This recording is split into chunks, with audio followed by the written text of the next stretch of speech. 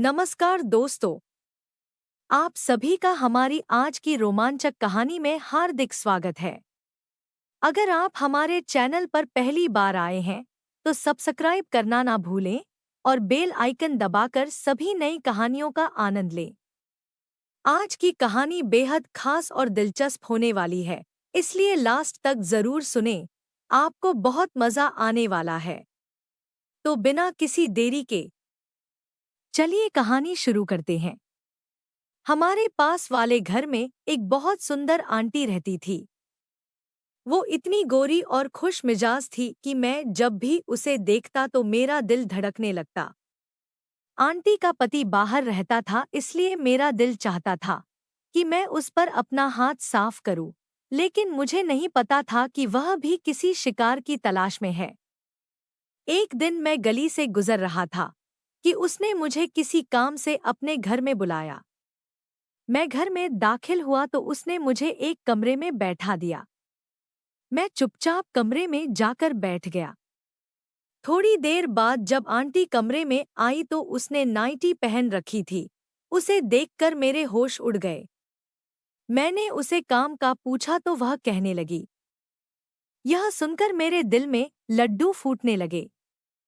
फिर पूरा दिन उसके साथ। मेरा नाम रवि है। मेरी उम्र 21 साल है। हमारे घर के पास वाले घर में एक आंटी रहती थी, जिसका पति अक्सर घर से बाहर रहता था। वह आंटी घर में अकेली रहती थी। एक बार ऐसा हुआ कि उस आंटी ने मुझे अपने घर किसी काम से बुलाया। मोहल्ले की अक्सर औरतें मुझे अपने घर की कोई चीज लाने के लिए बुलाया करती थी। मैं भी उनके काम कर दिया करता था। यही वजह थी कि मैं जब भी घर से बाहर निकलता, हर घर से यही आवाज आती, रवि जरा इधर आना, हमें थोड़ा सामान तो ला दो। मैं इस चीज का आदी हो चुका था, इसलिए वो काम करवाकर मुझे कुछ पैसे भी दे देती। इसलिए मैं भी उनका काम खुशी खुशी कर दिया करता था, क्योंकि यह आंटी मेरी पड़ोसी थी। उनका हक भी हम पर ज्यादा था, इसलिए मैंने उनकी बात सुनने के लिए चला गया। वह आंटी अपने घर के दरवाजे पर खड़ी थी। उन्होंने मुझे अपने करीब आने का इशारा किया तो मैं उनके पास जाकर खड़ा हो गया। वह मुझसे कहने लगी, रवि, क्या तुम मुझे किराए पर डीवीडी ला दोगे? ये सुनकर मैं चौंक गया। मैं हैरानी से उनकी तरफ देखने लगा।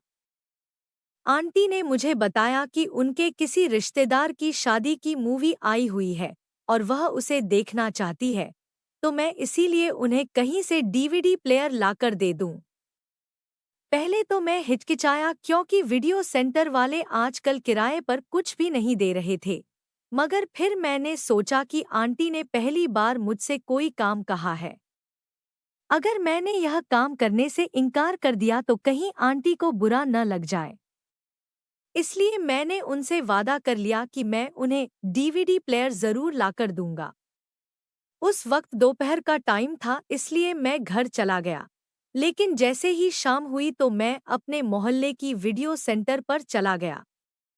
यह दुकान मेरे किसी दोस्त की थी, इसलिए दोस्त ने मेरे कहने पर डीवीडी प्लेयर दे दिया और मुझसे कहा कि वापस भी तुम ही लेकर आओगे। मैंने उसकी बात मान ली और आंटी के लिए डीवीडी प्लेयर ले आया।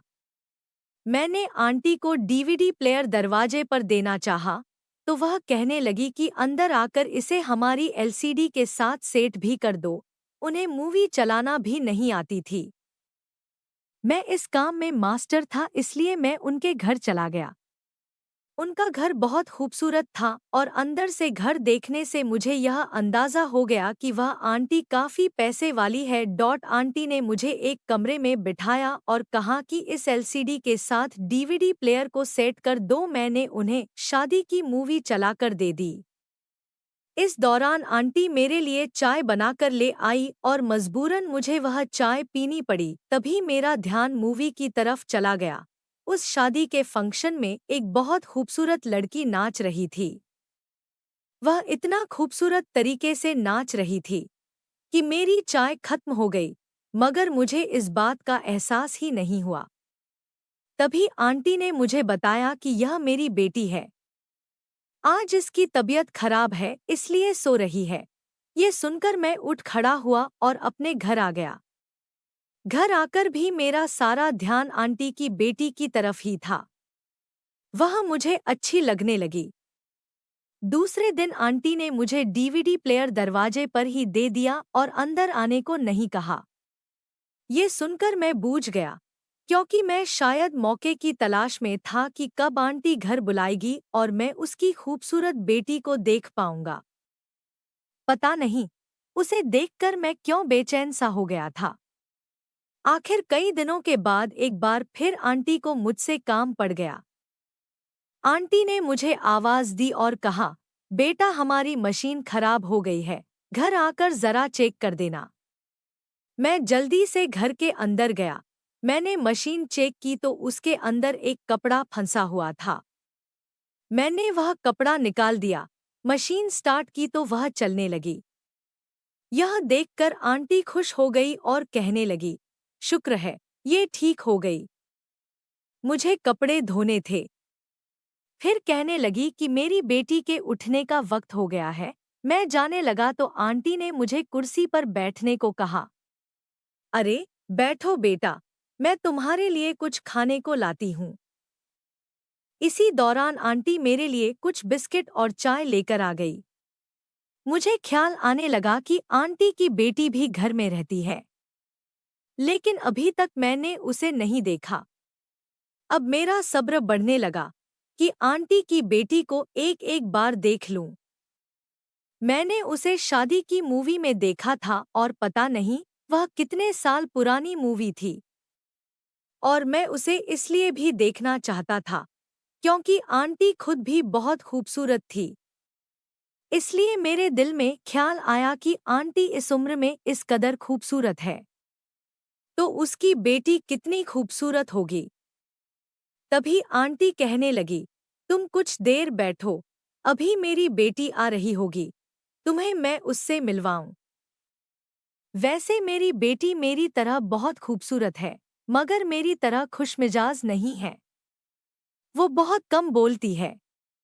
आंटी अपनी बेटी के बारे में मुझे बता रही थी। तभी उनकी बेटी वॉशरूम से बाहर निकली।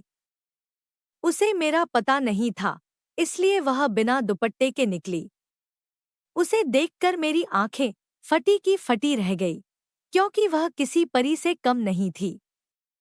उसके बाल गीले थे, ऐसा लग रहा था जैसे वह अभी शावर लेकर बाहर निकली है।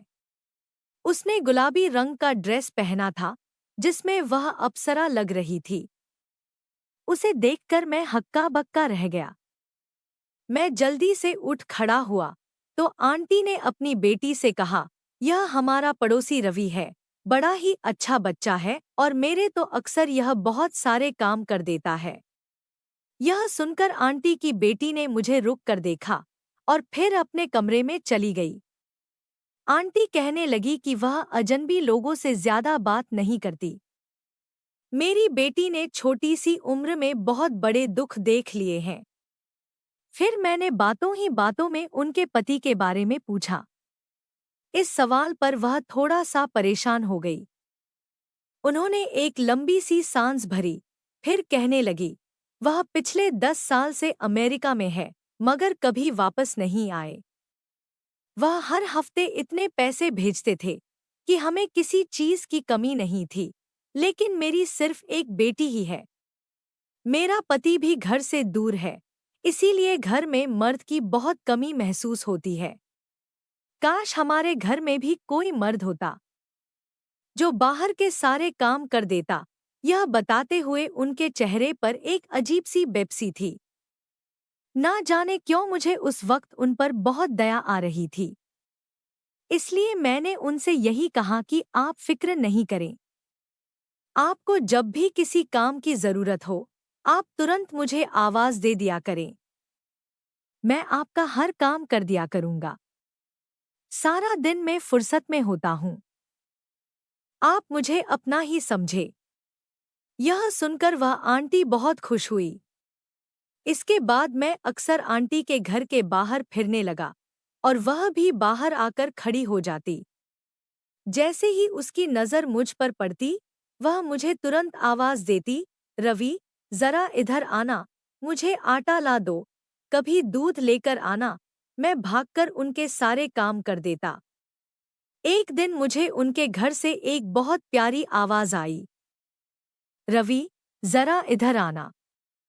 जब मैंने उसे देखा तो मेरे होश उड़ गए, क्योंकि वो आंटी की बेटी कुमकुम थी।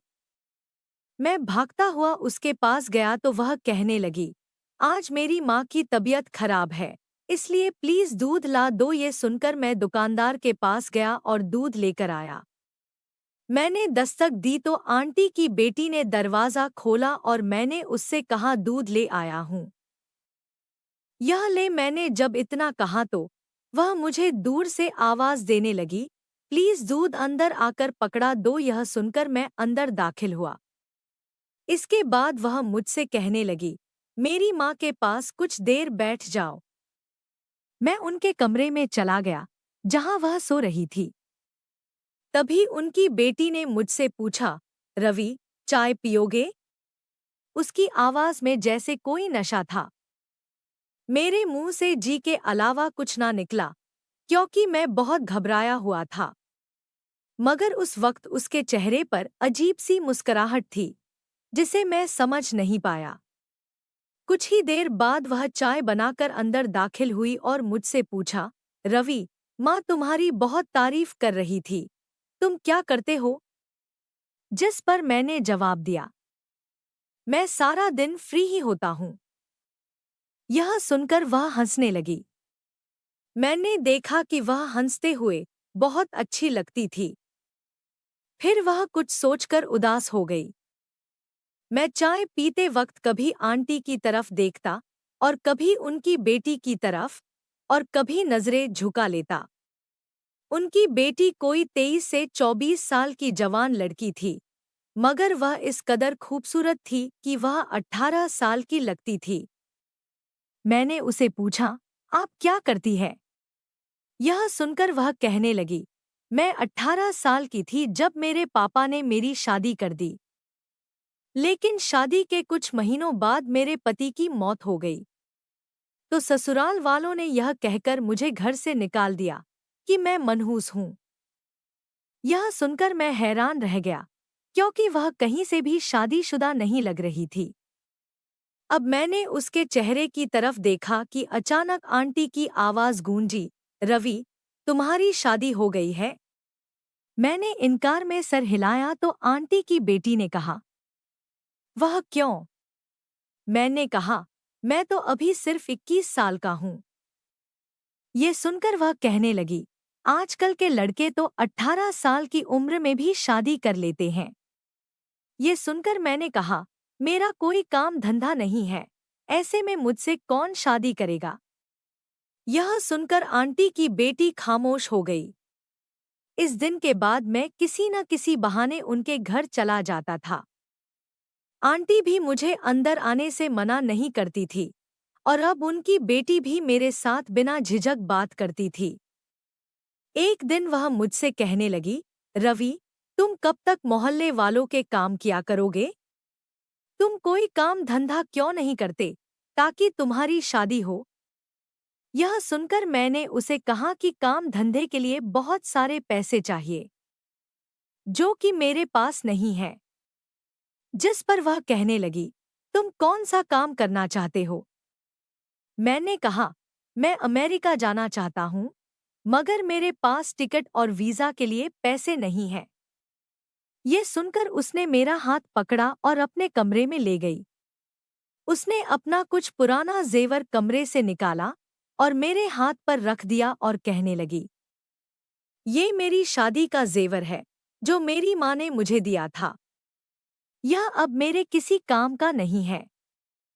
शायद यह मेरी किस्मत में नहीं था, तुम यह बेचकर पैसे ले लो, शायद इससे तुम्हारा काम चल जाएगा। यह सुनकर मैं डर गया और उससे कहा, नहीं, मैं यह नहीं ले सकता। मैं तुरंत अपने घर आ गया और बिस्तर में आकर लेट गया। मैं मोहल्ले का गरीब लड़का था, जबकि वह एक अमीर लड़की थी।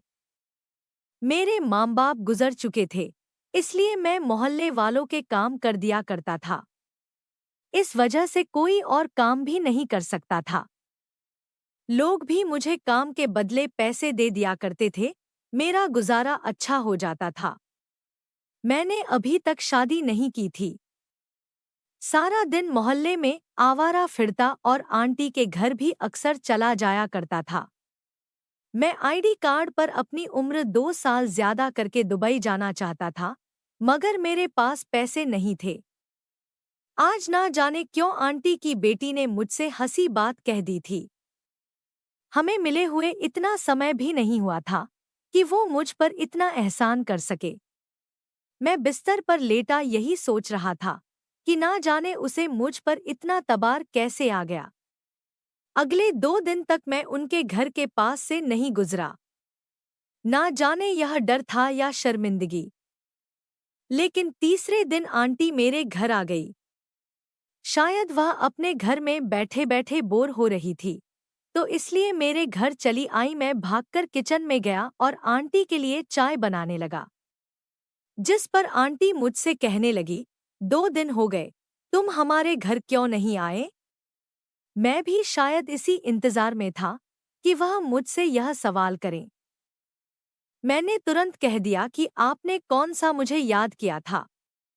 ये सुनकर आंटी मुझसे कहने लगी, मैं और मेरी बेटी तुम्हें बहुत याद करते हैं।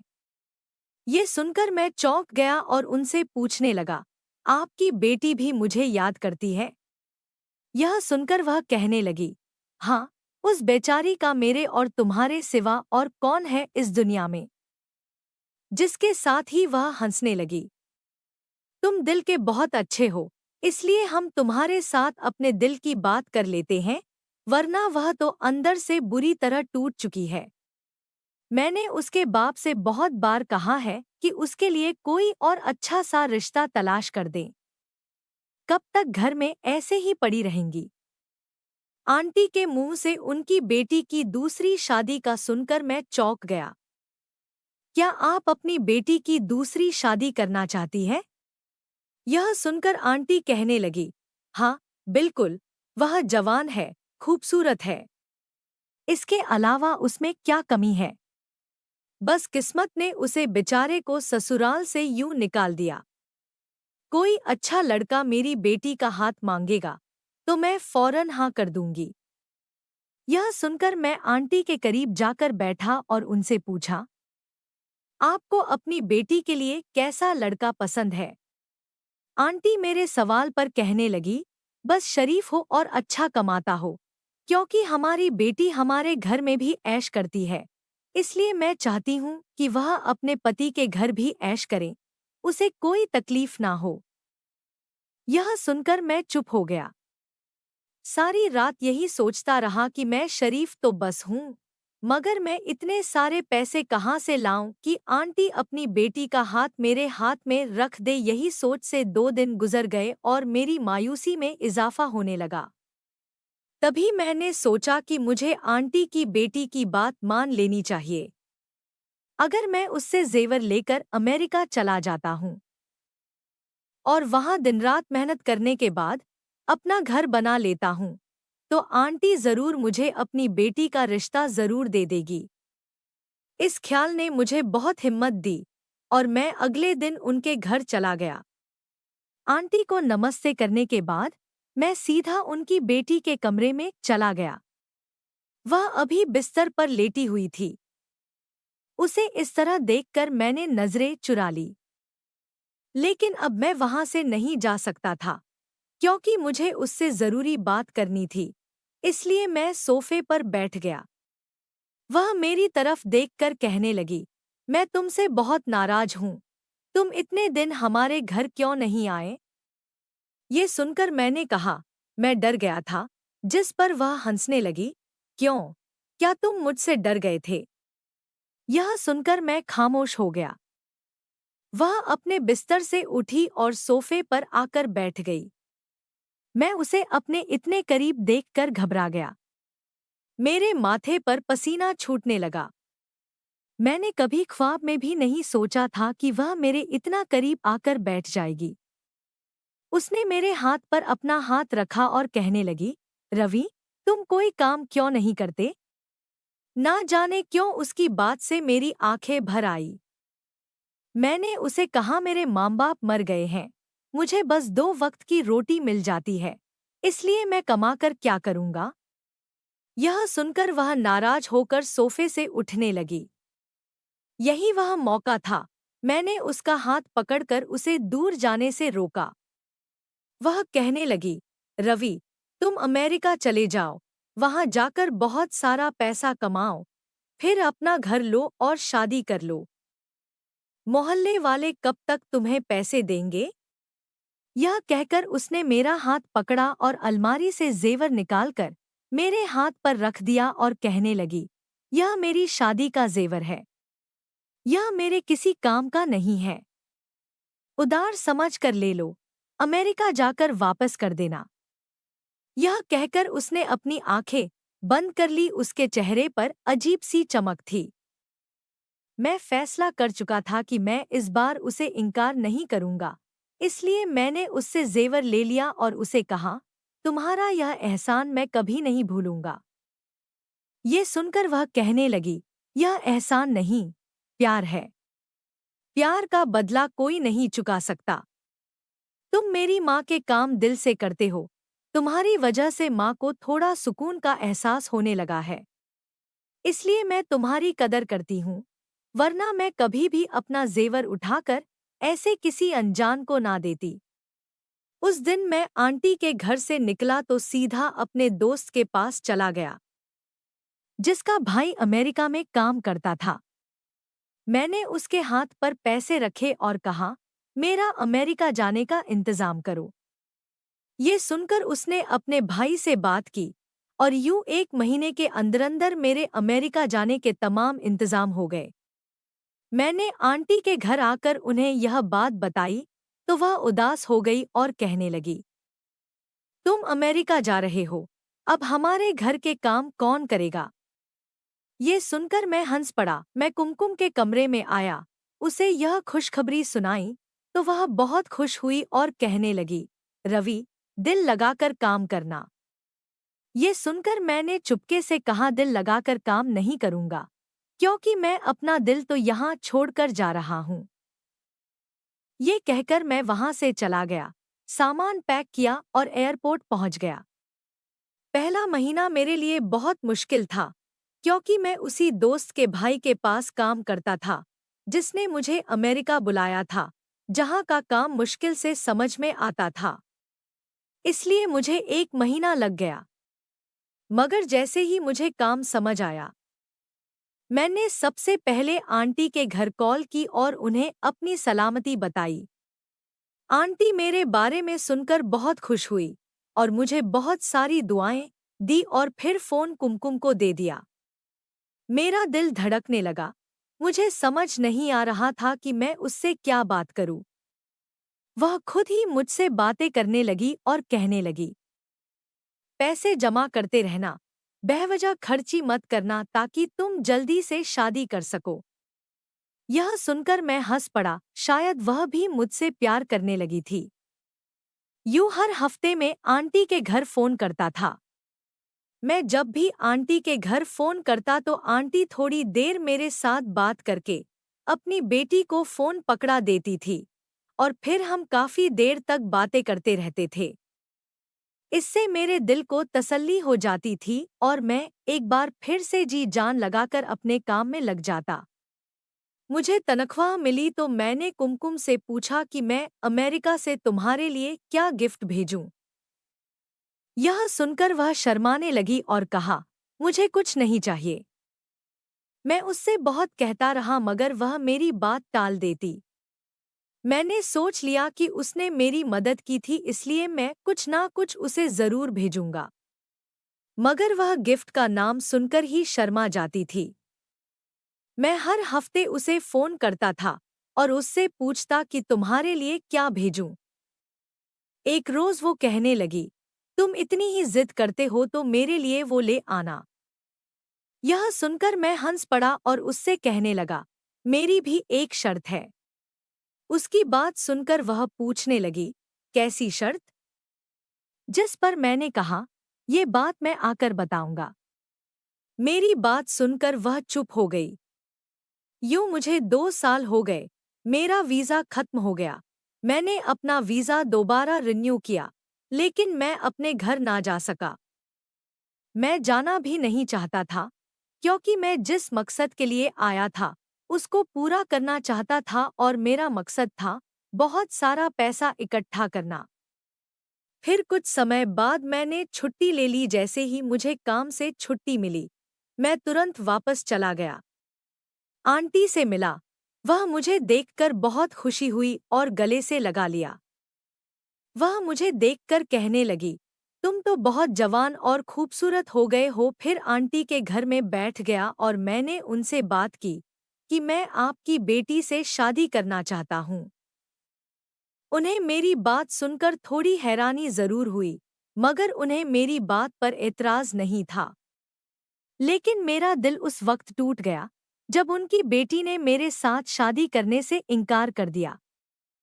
वह कहने लगी, रवि, तुम मुझसे बहुत साल छोटे हो। मुझे बहुत दुख हुआ।